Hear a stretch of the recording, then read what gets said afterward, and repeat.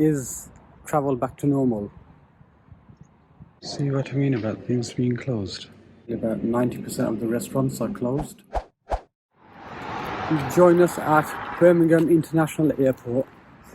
It's my first flight since the pandemic started, so it's been a while.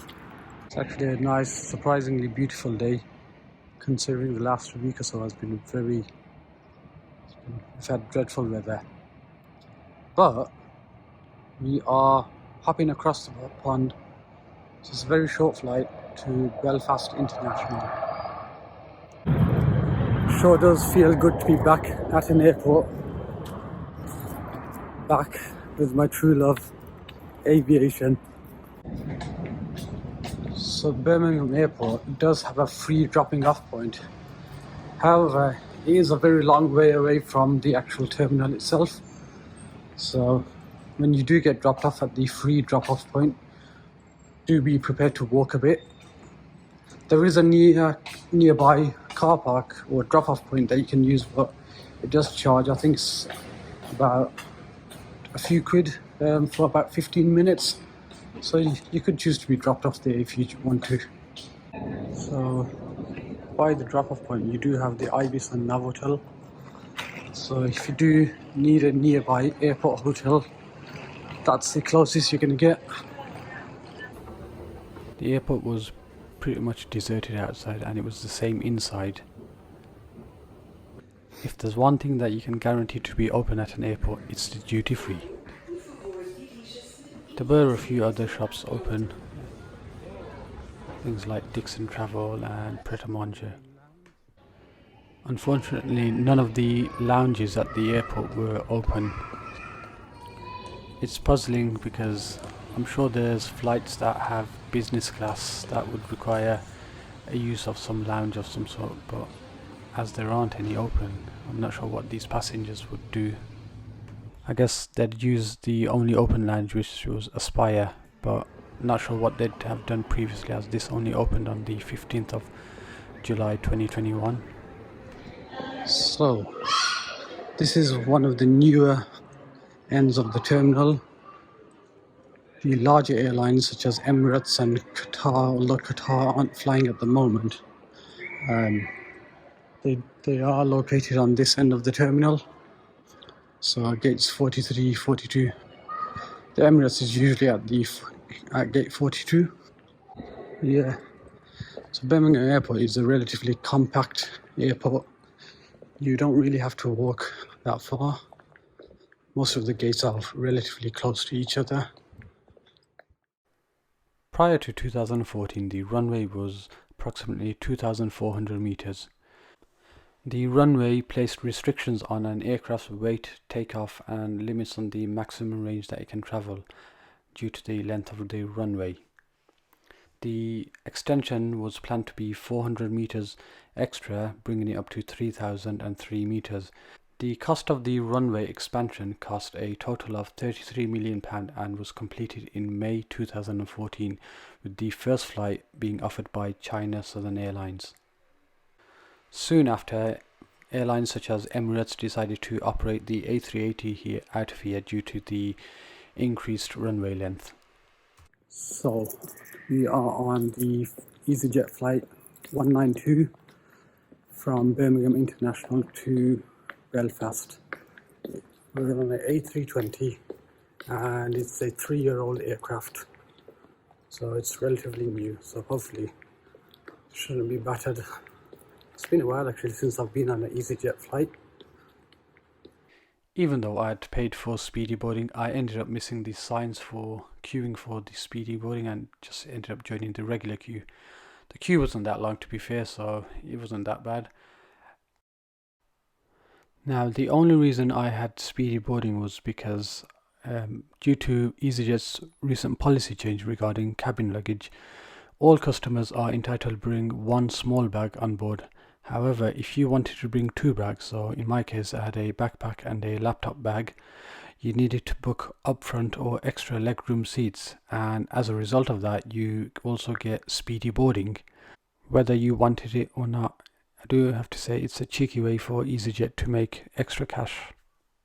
And once they are full, Please take your allocated seat and remain seated ready for departure. Our flight today was a sub 1 hour flight over to Belfast. We took off from Birmingham about 8:45 and across the North Midlands over Liverpool, Isle of Man and down into Belfast. Now, unlike typical Ryanair flights, the climb on this particular flight was normal, I'd say. I've been on Ryanair flights which are horrendous. You get your ears popping and all sorts happening to you. Feel like a roller coaster, really. So I was sat in an exit row seat which had surprisingly quite a lot of leg room. The seats were very comfortable and the aircraft had a new aircraft smell or feeling to it. The layout was a 3x3 as is typical with your usual A320s. And the flight load on this particular flight was actually quite busy. I don't think there was a spare seat available. We descended from the blue skies above the clouds into cloudy Belfast, as is typical with the Irish or even Scottish weather around these regions. Now normally I'd fly into Belfast City, but due to the flight timings I had to come into Belfast International, which is a bit far out from the actual city itself. So yeah, it's going to be an expensive taxi getting there. So here we are outside the Belfast Town Hall, I believe it is. It's been a while since I've been here, probably about a good 2 years I reckon. So yeah, now that the outbound's complete, time to head back now. It's quite a surprisingly sunny day here in Belfast.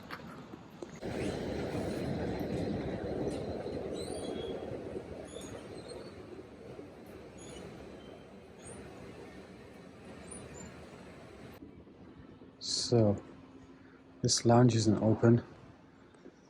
I've been hunting for anywhere to eat and there's absolutely nothing open. I've come to a quiet area of the airport. To be honest, it's a bit hectic over there. The only place that you can get food at the moment is a Starbucks, and it's so overcrowded over there. Not sure why everything's closed, to be honest. Airport's quite busy, but I would say probably about 90% of the restaurants are closed. This is what I've had to resort to eating for breakfast from W.H. Smith. This side of the airport is completely dead. Hardly anyone here. There's a nice view out here though. So an FYI for anyone wondering, if you're travelling within the common travel area, so that includes the 4 nations of the UK and Republic of Ireland, you do not need any tests to fly out to those countries or return back from those countries. Of course, there might be different requirements and different restrictions in each particular country. So say, for example, they may have local restrictions, but yeah, otherwise you don't need to do any tests or fill in any passenger locator forms or anything like that. You can travel freely. And there's our aircraft. It's got tail number of G-EasyDJ. Doesn't look bad for a 13-year-old aircraft. So our early morning flight commenced with relative ease. The load factor wasn't as great as the initial flight coming over here. Our flight today took off from Belfast and headed in a southeast direction, cruising at an altitude of 20,000 feet before descending into Birmingham International Airport. Now, one of the great things about flying domestically in and around the UK is that as soon as you get off, you collect your luggage and there is no form of passport control or any checks whatsoever, so it's a breeze to basically get off the aircraft and get out of the airport straight into a taxi. We are back to sunny Birmingham. Well, it was a quick short flight. Don't know why, but I felt a lot more uncomfortable on this one than I did the previous one. So, is travel back to normal? I'd say no, not really. It didn't feel like it was normal.